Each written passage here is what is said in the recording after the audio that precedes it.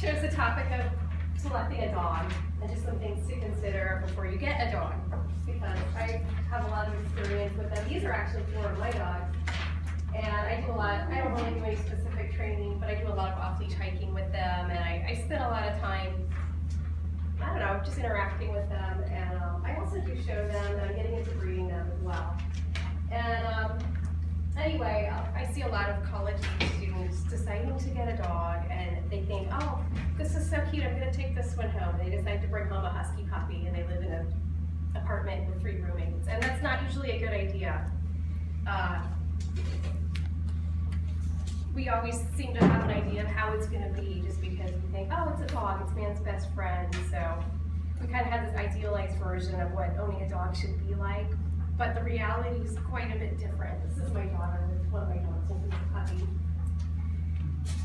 Very cute, but a lot of work goes into the cuteness. That's not mine. Anyway, one of the most important things you can do when you're thinking about getting a dog is think about what kind of dog you want, because the breed of the dog is gonna be a really important factor in how your results are gonna turn out. If you choose a breed that's meant to perform a certain job, you have to have a way to fulfill the dog's needs to do that job, because they're not going to be happy just laying around in your apartment. They're going to need to get out, they need to run, they need to have some type of activity that fulfills their need to work.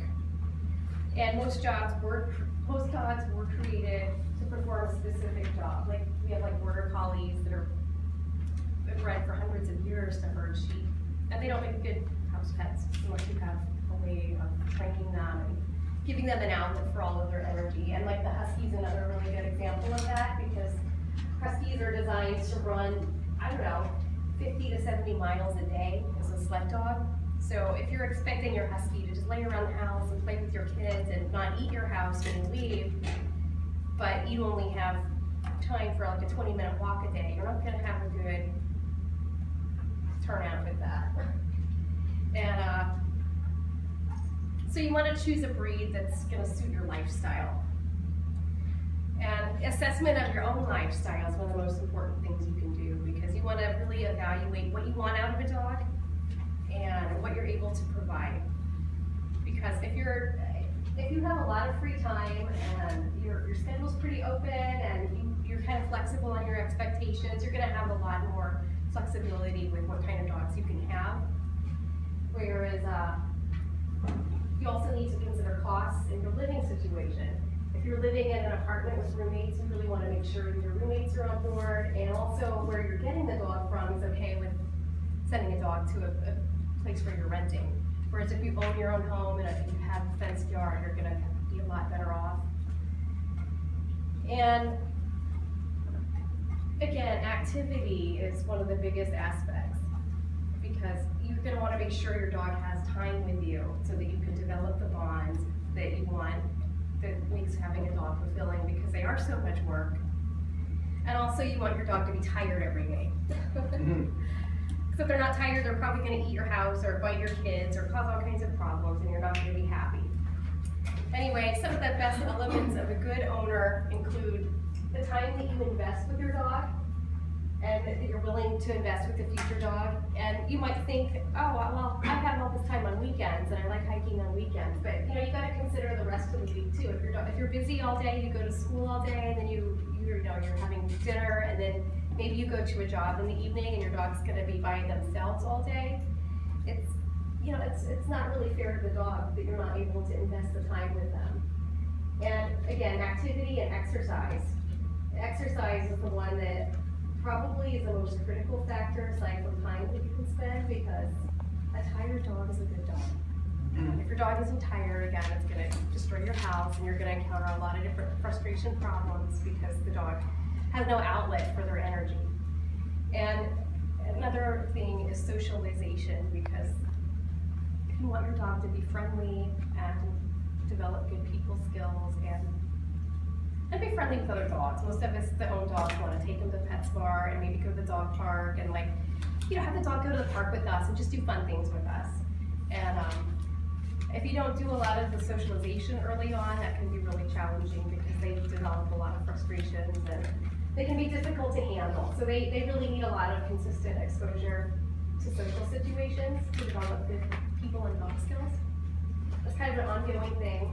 And stimulation kind of goes with activity and time. You know, they need to do something. They can't just, some dogs are happy to lay around, and this is where considering the breed is pretty important. You don't want to choose a dog that needs a lot of stimulation if you don't have a lot of time and you're not able to provide a lot of stimulation. And stimulation just means like things that you do with them, like what do you do during the time that you're together? And one thing that's overlooked a lot, especially nowadays, is boundaries. You need to be willing, it's a lot like raising a kid. You need to be willing to set boundaries and maintain the boundaries. Like no means no and sit means sit, and kind of follow through with consequences. This doesn't mean you have to beat your dog or anything like that. It's just, yeah, you want to teach them to respect your personal space and how to sit when you tell them to sit. You know, kind of reinforcing your training that you put into them. And don't be afraid to seek help. You know, there's a lot of resources online, and even if you go to PetSmart and say, you know, I'm having trouble with this, what can you do to help me? YouTube's a really great resource if you're having trouble with your dog, or you know, you want to prevent problems from happening. There's a ton of good trainers on YouTube that can really, like, you can watch the training in action so you can kind of see the process. You can always reach out to trainers too if you need help with a specific problem. And my last slide is sweat. And basically what all we want to do with going into all this research and consideration of what your life is like, you want to prevent more dogs from entering the shelters. And a lot of dogs are surrendered to shelters every year, and these are the most common reasons. Obviously aggression, whether it's perceived aggression or it's actual aggression, because it can be very confusing if you aren't experienced with dogs showing aggressive tendencies. House training issues, which can obviously be a big deterrent. Destruction, hyperactivity, and moving, or like your landlord is tired of hearing your dog bark, so you're forced to move, or, you know, but the biggest thing is all of these issues are directly the result of the time and the effort that you put into owning your dog. The more you put into them, the better your relationship's gonna be, like the more time you spend training and exercise and just evaluating your life before you get the dog to make sure you're getting one that's suitable to your situation. And all of these can help keep dogs out of shelters and in homes. And that's the end.